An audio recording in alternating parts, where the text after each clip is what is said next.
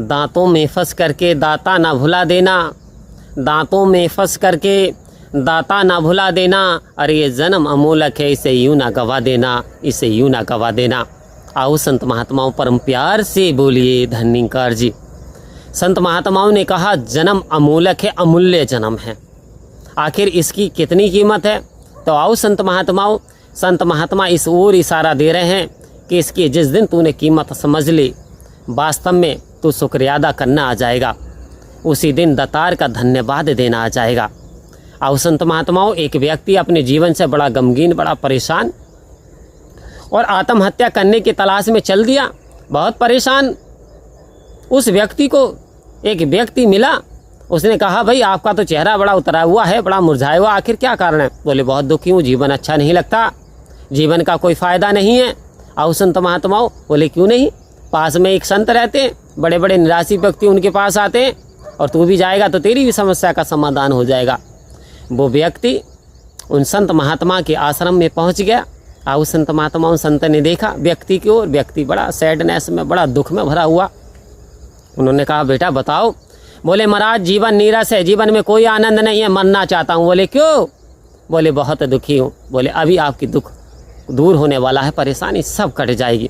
आओ संत महात्मा, जो ज़्यादा दुखी हैं, परेशान हैं, आज सबकी समस्याओं का समाधान होने वाला है, क्योंकि अब जो संत महात्मा बताने जा रहे हैं। आओ संत महात्माओं, संतों ने कहा बेटा आपकी सारी तकलीफ़ें दुख दूर हो जाएंगे, और आपको करना क्या है, एक रात्रि आपको यहाँ गुजारनी पड़ेगी। बोले ठीक है महाराज, इसमें कौन सी बड़ी बात है। बोले लंगर भी मिलेगा, थोड़ी सी सेवा है, क्या करोगे? बोले कर लूँगा महाराज, जब सेवा करने से ही शांति सुख शांति आ सकती है। तो बोले ठीक है बेटा। बोले हमारे कुछ ऊँट हैं, आपको करना क्या है बेटा, उन ऊँटों को बैठाल के सबके सब ऊँटों को बैठाल देना, उसके बाद में आप जो है सो जाना आराम से, फिर सुबह को बातचीत होती है। बोले ठीक है। जय प्रभु की होकर और वो चल दिए। आओ संत महात्मा, देखा क्या है, तबेले में ऊँटों के गए, और जब ऊँटों के तबेले में गए तो लगभग 15-20 ऊँट खड़े हुए थे, बाकी बैठे हुए थे। संत महात्माओं बोले यार इसे तो मैं जल्दी ही बैठाल दूंगा, कोई बड़ी बात नहीं है। उस व्यक्ति ने 5 ऊँटों को बैठाला। आओ संत महात्माओं, तो देखता क्या है, अचानक क्या हुआ उसके साथ, 5 जैसे ऊँटों को बैठाला तो जो 6 ऊँट और उठ करके अन्य ऊँट खड़े हो गए। अब उस व्यक्ति ने उन 6 ऊँटों को बैठाला तो 7 ऊँट और तैयार हो गए, एक एक करके उठ के खड़े हो गए। आओ संत महात्मा कहने लगा अब इन्हें बैठाला, अब बैठालना पड़ेगा भाई, संत ने कहा।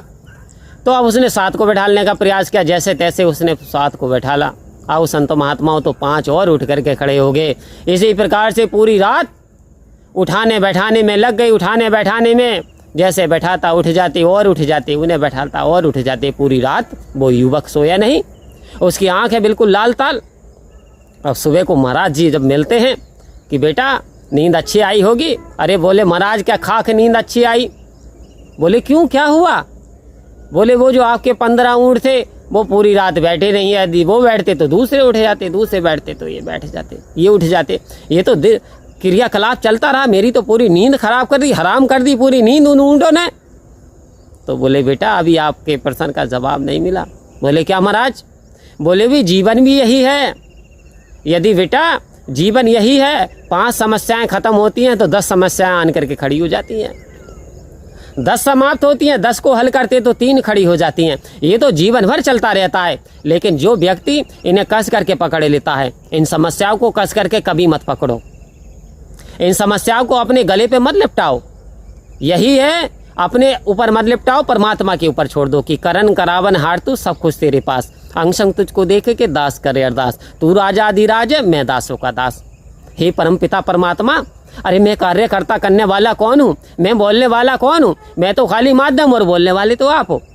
मैं सुनाने वाला कौन हूँ, सुनाने वाला भी तू है, सुनने वाला भी तू है। हे परम पिता परमात्मा, मेरी कोई औकात नहीं है कि मुझे कौन पूछता था, तेरी बंदगी से पहले एक भुजा सा दिया था, तेरी रोशनी से पहले। तो संत महात्माओं ने कहा बेटा जीवन में आनंद लेना सीख, जो समय गुजर रहा है वर्तमान में, तू जाने लाखों में लाखों से अच्छा है, तू लाखों से अच्छा है।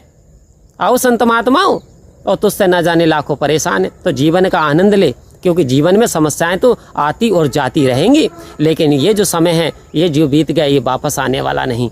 तो आओ संत महात्माओं, समय की कीमत है। उमरिया बिता दे राम नहीं जाने, और राम नहीं जाने तो कुछ भी नहीं जाने।